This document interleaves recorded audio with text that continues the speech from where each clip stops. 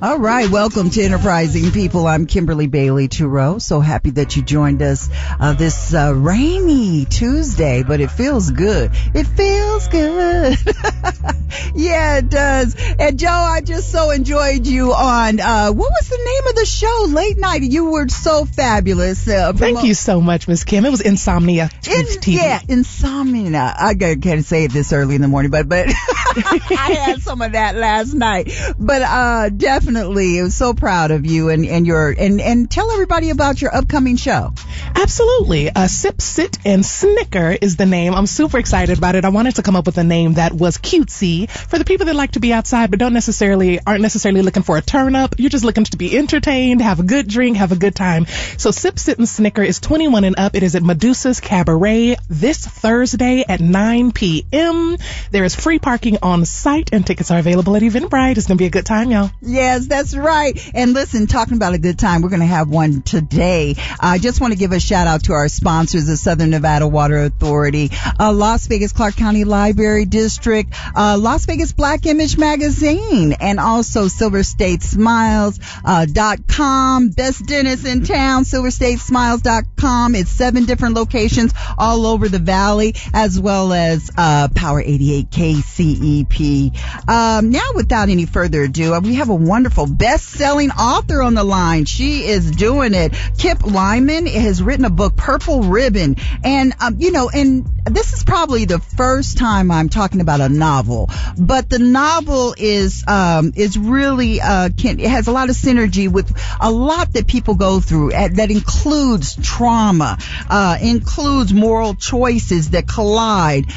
So that's why I wanted to talk to Kip about this. Her book is best-selling book, so I'm really excited for her. But Kip, how are you doing?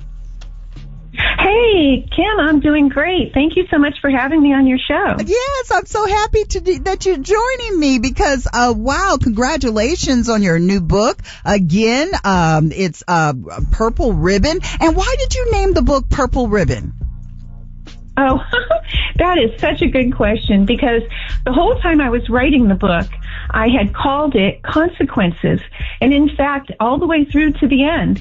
And there wasn't even a purple ribbon in the book for most of the time of writing it. And then all of a sudden, after the purple ribbon was introduced, my husband came into my office one day and he said, "I've got it. That is it. You've got to name it the Purple Ribbon." And, you think about it, that's such a better name than Consequences, Yeah, but, okay, what's the synergy between Purple Ribbon and Consequences?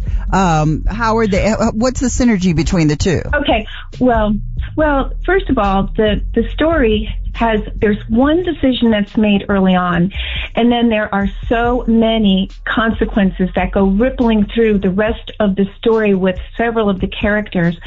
And that's why I had named it Consequences the whole time. But when the purple ribbon was introduced, that really tied these key elements together. That is when we decided that would be the name that really takes this book all the way. I don't want to say too much because I truly don't want to give it away, but the purple ribbon does appear in one of the very early chapters, and then it also appears right at the very end. Yeah, and I love, because all I think about when you're speaking is, the color purple, because the color purple was kind of it was threaded through the whole movie where we would see the purple flowers pop up. Was that kind of something that you looked back on and when you were writing the book? Well, yes and no. My purple ribbon shows up more in the more horror sections of the book. So you don't particularly want to see that purple ribbon, but it does keep appearing here and there throughout the story. Yeah. Now, I know that your background is in legal, and I also know that you're a foster parent. So all of these things that have gone on in your own life, how did you transcend that into writing your book? And is this the first book, or is this, how many books have you written thus far? Yeah, no, this is my very first book, and in fact, it truly was not on my bucket list, but I was watching a documentary with my husband one evening, and it was kind of bizarre and psychological, and I went to bed, didn't even think anything more of it, and I woke up in the middle of the night, and this story just started flooding into my head. I mean, it was unbelievable. So writing the story and all the twists and turns was just kind of flowed out naturally because it literally just kept flooding into my mind. But yes, I was absolutely, even though it's a fiction novel, so many of the locations are real and the aspects of the story based on my life experiences as a guardian ad litem, as a foster parent. Those are the things that help me really build the story and build the characters. Yeah. Because I know a lot of people say, I'm going to write a book one day. I'm going to write a book one day. And I was wondering, because you have your own firm as well. So how did you leverage your time? Because the business of writing a book is something that's very interesting to me. But how do you leverage your own life and then find time to, you know what, I have to finish this book? Yeah.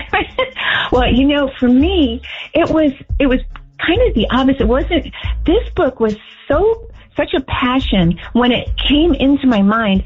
There was nothing I could do. I literally get up at about 4. 4 was the first number on the clock when I would wake up in the morning. And so that gave me those few hours first thing in the morning to just slam out whatever came into my mind that night. And one of the things I'm really thankful about is the fact that throughout my whole career as a legal assistant and a paralegal, I learned how to type, and I can type as fast as you can talk, and thankfully as fast as I could think thoughts in my head. So I would just get up and turn my computer on and start typing away. That's that. So the time, yes, it was like 8 or 10 hour days for several months. Wow. Okay. For several months. Yeah. And so you worked in between then? Is that how and you just knew that you're going to wake up? I'm just trying to get a time frame together because I'm in the process of writing a book as well. So you get up at 4 and you write your book and then you get to work by what, 8, 9, 10 or whatever? Well, exactly. And my work is a little bit more flexible. My husband and I have a consulting firm, and we consult on hyperbaric oxygen therapy for many clients throughout the country. So Mondays are always, my Mondays are, I cannot get into the book on a Monday because my days are completely full on Mondays. And the first day of every month is also a day that is filled with work with all my clients. And it's really bad if the first of the month falls on a Monday, because then I'm just like flat out. Yeah, I understand. Well, I just consider you to be very enterprising, and that's why I said I got to talk to Kip because she's doing it. Yes, but Kip, listen, now when we talk about things, and I'm looking at the press release, and we talk about trauma, we talk about love, and then moral choices. Let's start with trauma. In the book, I'm sure one of the characters or several of the characters have experienced a certain amount of trauma, and even in everyday life, we hear that mental illness is on a rise. We hear so many things, and people have been traumatized. In the book, how is trauma really defined, and what is the focus of the trauma in the book? Well, it depends on which character we're talking about. So, for instance, Chelsea, the protagonist, she suffers a childhood trauma, which is right off the bat first chapter. You get through it and I wrote that just so that people could understand the trauma that she experienced, and then how she goes about recovering from that and her resilient human spirit. So she has certain types of trauma, things, even though she's just such an amazing, strong character, things just happen along the way that she has to continually rely on her resilient spirit. So that's Chelsea. Now, the antagonist in the book, he has a different type of trauma. He suffered an acute trauma as a very young boy, and that comes out in the story. And then he develops a psychological issue that has to be addressed and constantly needing therapy, that type of thing. So he has an entirely different type of trauma. But even though he ends up being the antagonist of the story, I think the readers are still going to feel a big, bond with him and root for him he's a great person. He really is. But he does have a very specific psychological disorder that he has to deal with his whole life. Wow. And so each character has a fair amount of trauma that they've experienced. Is that correct? Yeah, well, the three main characters, absolutely. Yep, all three of them. And the interesting thing is, even though they didn't know each other, they all come crashing together. Their lives come crashing together in such a way once a truth is revealed. And that's when the story really, really picks up the pace. And it's in such an unexpected way. I think it's one of those twists that make the reader go, oh my gosh, wait, I never saw that coming. And then, that's when the pace really picks up, and there's horror, and there's actually a wonderful romance, and there's great joy, but terrible loss. And there's a lot of courtroom drama, both on the dependency court side, where the children in foster care, and when they're removed from their parents and you have to go to dependency court, that's one type of court. But then also, because there is a major crime committed, then we have a criminal court, and there's a lot of courtroom drama in the criminal court system as well. Wow. So you in real life, you're a foster parent. Are these some of the things that you were inspired to write about because of your experience with your own foster children? Or is this just something that you totally make believe that you just developed? Right. No, great question, Kim. Actually, mostly the part where there's the foster children and the traumas that they go through and the dependency court scenes, those are things that I personally experienced as a guardian ad litem. And so, yeah. And then I don't think I really put much of the children that we fostered there. Those were some horrific stories as well, especially as they first came to us. But most of my story was built around my experiences as a guardian ad litem. Yeah. Wow. And so with that experience of seeing people go through a fair amount of trauma, as well as in children, and I believe that as children grow up, the trauma and they become adults, that some of that trauma stays with them. How do they reconcile? Do you find where the arc is there, where this is how a child reconciles with their trauma? Because many people today in business and in life as adults are still dealing with a fair amount of trauma, not knowing why their reaction to certain things is so, not sure why they had a thought in their head, why they are experiencing some kind of mood swings. Did you find what was the resolution? How are they dealing to be able to be functional human beings in society? Did you find the answer, so to speak? That's such a good question. Yes, I did find the answers to that. And certainly on my own as a guardian ad litem, and all of the education I had to go through and continuing education and the different things I learned, I was able to understand things even about my own personal traumas as a child, and how better to cope and build coping strategies. But I will say, Chelsea, the main character, she has an amazing, very quirky therapist, and through that therapy, she was able to build coping strategies that she relied on through the rest of her life. Because even though you might feel you're a lot better because of therapy, let's say, and you find yourself in a strong place, things will happen in your life. All people, things will happen that might trigger it, and something will come flooding back in. Like for instance, my father personally died in a crash instantly when he was 40 years old.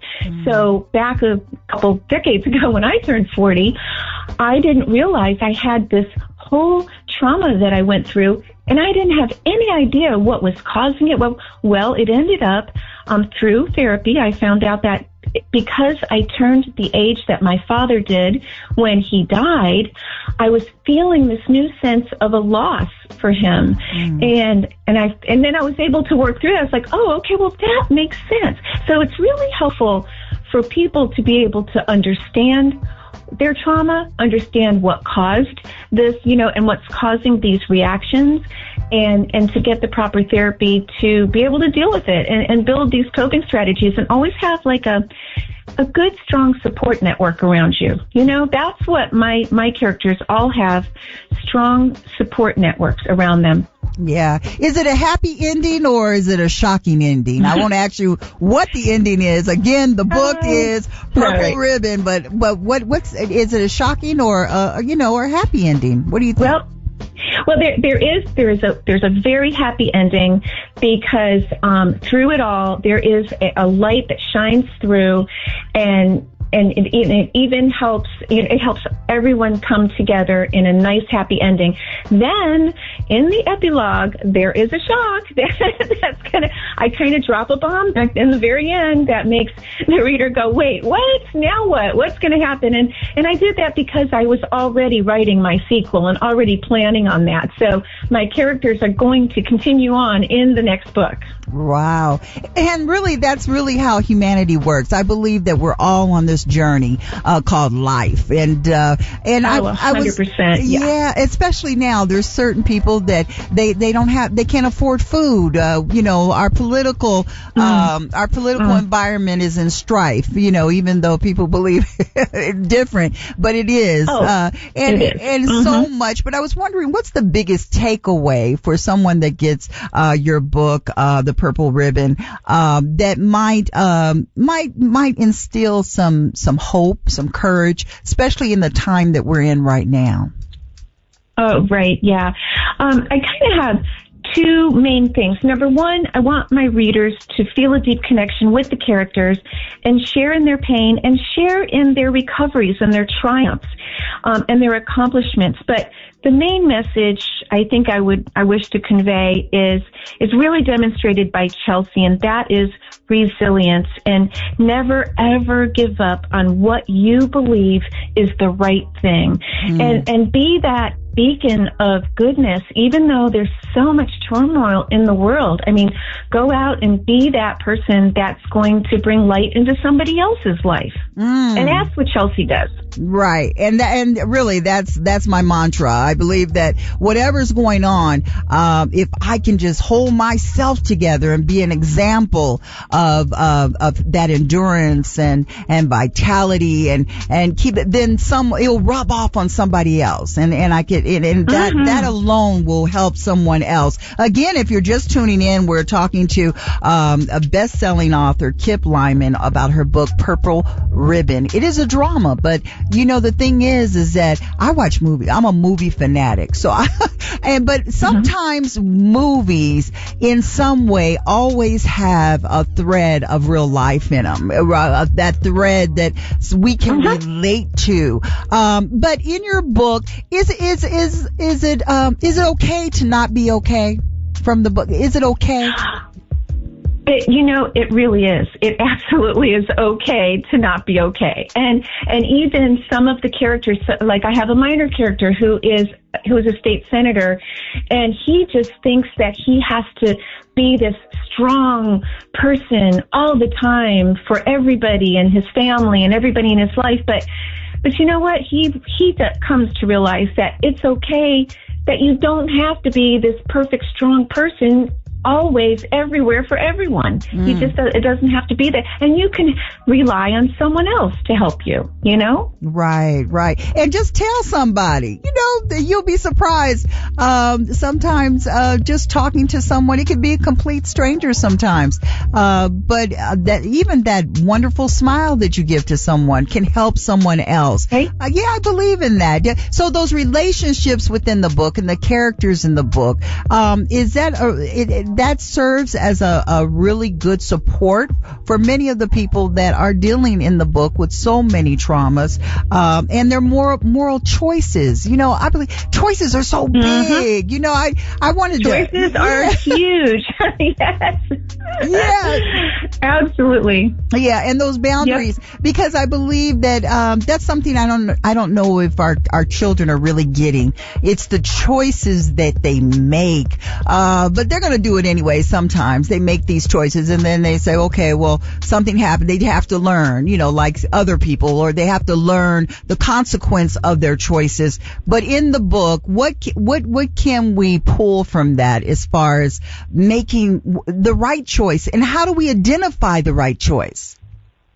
Well, you know, and that's it. And sometimes I think people, well, certainly there is one major choice that's made that affects many, many lives throughout the rest of the book with many consequences, most of them not so good.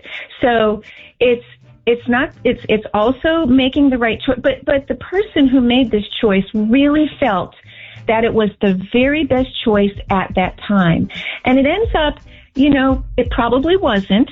And so now it's not so much too about the choices as it is about how the people who are affected react to those choices that are made. Because some choices you have, you know, the ability to make them for yourself. But in some cases, perhaps there are decisions that are being made for you by other people. Let's say for children, you know, the young children, they don't have the ability to make choices for themselves, but they have to live with choices that have been made for them. And so it also matters on how you react and how you can, you know, handle those choices. Yeah. And the consequences. Yeah, the consequences. Do you deal with fear and courage within the book? Someone that's very courageous, but they're still fearful in some way? Yeah, that would definitely be Chelsea. Chelsea has tremendous courage, and she is faced with many, you know, some acute situations and some that she, you know, knows are coming along the hike, and so she has to have the courage to rise up and rise above these things so that she can carry on, and she does it so amazingly. I mean, I wish I could be more like Chelsea. Yeah. I could learn a lot from her. Yeah. But you gotta find that inner soul or spark within your soul, your own soul. So often people will surround themselves with other people, because they are fearful. So they feel as though that in some way is going to protect them. But, I you know, my personal belief is that you have to face whatever you have to face, and you have to be courageous. Even Dr. Maya Angelou, you know, in her writings, she was saying the greatest attribute one can have is courage. And if you had to pull one character of how they exemplified their courage in your book, what would you say? Well, I would have to say, if I may, please, two.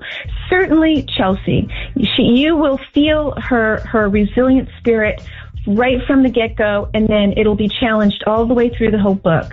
But also, Scott Anderson is an amazing, incredible, very strong, very smart character, and he has courage to live his best life that he can live, even though he's battling with demons that are very, very, you know, he could just go hide under a rock for his whole life, but he doesn't choose to do that. He really has a lot of courage, and he builds his courage and his strength by challenging himself physically.